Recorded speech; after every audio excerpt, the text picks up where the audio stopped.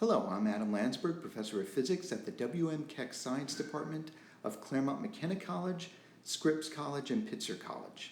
Welcome to this mini course, which is a review of some of the basic math skills that you'll need prior to taking your first college-level physics class. As you may know, physics classes rely quite heavily on mathematics, and this mathematical review is designed to bring you up to speed, particularly if you're a little bit rusty on your high school mathematics. In high school, you've undoubtedly learned quite a bit of mathematics, but you've also probably forgotten quite a bit. And this course is designed to emphasize those areas of mathematics, high school mathematics, that are most directly useful and relevant for your upcoming physics class. The topics that we'll be considering include units and dimensional analysis, significant figures, solving equations, exponentials and logarithms, some graphing, some basic geometry, some basic trigonometry. I've included a calculus tutorial. Now, some of you may be taking a calculus-based physics course, and then you'll want to go through the calculus tutorial. On the other hand, some of you might be taking an algebra-based physics course, in which case you can simply skip over this calculus portion of the tutorial.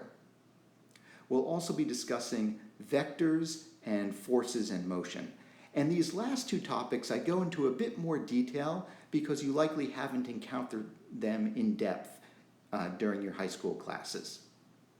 The format of this class is as follows. For each one of these different sections, I've created a video tutorial for you, along with a set of practice exercises and solutions to those exercises.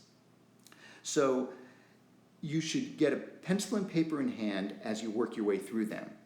Now, in order to do this in an efficient manner, here's what I would recommend. If you're feeling very rusty on your mathematics or you really don't feel confident in it at all, I would recommend you go through these topics in order, go through the video tutorial, do the practice exercises, then check the solutions. On the other hand, if you're feeling pretty good about your high school mathematics, but you just want to have a very quick review just to make sure everything's in order, then what I would recommend is for each one of these units, skip the video tutorial, at least initially, and jump right to the practice exercises. Give them a try. If they don't give you much difficulty, terrific, then you can skip that section. But if you find that you're having some difficulty with those practice exercises, then I would recommend going back to the associated video tutorial, go through that, and then work through the practice exercises again, and then check the solutions. I hope you find this mini review helpful, and please feel free to send me any feedback that you have.